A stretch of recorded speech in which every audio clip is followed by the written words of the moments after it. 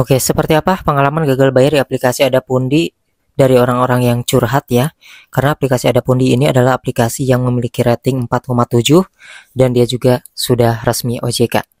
Setidaknya informasi ini bisa kalian cerna juga ya bahwa setiap aplikasi itu tentunya memiliki cara berbeda-beda dalam melakukan penagihan, ada yang datang, ada yang enggak. Dan aplikasi Adapundi ini adalah aplikasi resmi OJK dan tergabung dengan anggota ataupun keanggotaan AFA ya.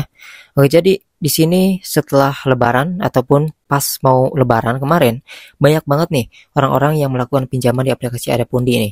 Nah, ini ada salah satu orang yang sudah cerita juga ya bahwa dia ini galbay di bulan ke-6 di aplikasi Adapundi. Aplikasi pinjol yang katanya sih ini bunga dan biaya administrasinya cukup gede. Apa saja yang sudah terjadi selama 6 bulan. Nah, jadi dia ini di fase 3 minggu gagal bayar ya, yang namanya spam telepon, WA, tidak pernah berhenti dari pagi sampai sore katanya. Dan masuk di malam hari desa Adapundi, pas lewat 3 minggu pertama, penagihan berangsur-angsur mulai menurun. Setelah melewati 1 bulan, penagihan sudah hilang walaupun ada WA dan telepon yang masuk, paling-paling cuma seminggu sekali katanya. Nah, untuk aplikasi Adapundi ini sendiri ya, sering banget menggunakan kata-kata yang tidak sopan katanya. Ini mungkin tergantung dari tidak direspon ya teman-teman ya. Biasanya kalau direspon dia akan baik-baik. Nah, tidak semua aplikasi pinjol yang resmi itu dalam penagihannya ini kasar ataupun barbar ya, tergantung dari respon kita.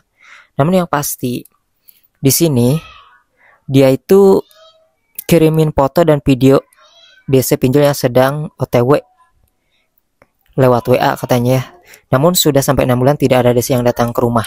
Jadi ketika dia menghubungi kita terus mengatakan bahwasannya lagi di jalan, dia ngasih foto ya, lagi perjalanan ke rumah kita, biasanya itu hanya untuk menakut-nakuti teman-teman ya.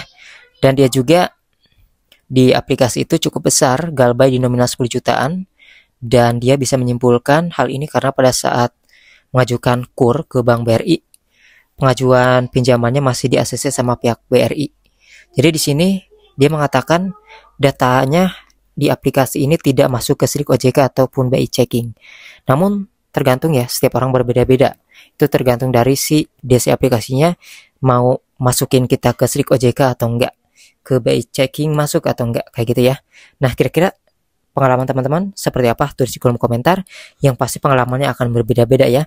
Ada yang galbay masuk ke SLIK OJK atau BI checking, ada juga yang enggak. Nah, ini termasuk yang galbay di Adapundi yang 10 jutaan ternyata dia tidak masuk ke SLIK OJK karena dia mengajukan pinjaman KUR ke Bank BRI masih di ACC teman-teman, seperti itu ya. Oke, yang mau nanya ataupun yang mau share pengalaman kalian silahkan aja tulis di kolom komentar. Yang pasti intinya galbay pun gak usah panik ya. Jangan sampai kalian gali lubang tutup lubang.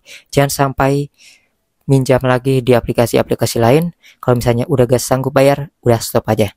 Karena aplikasi ini juga tentunya sudah resmi aman.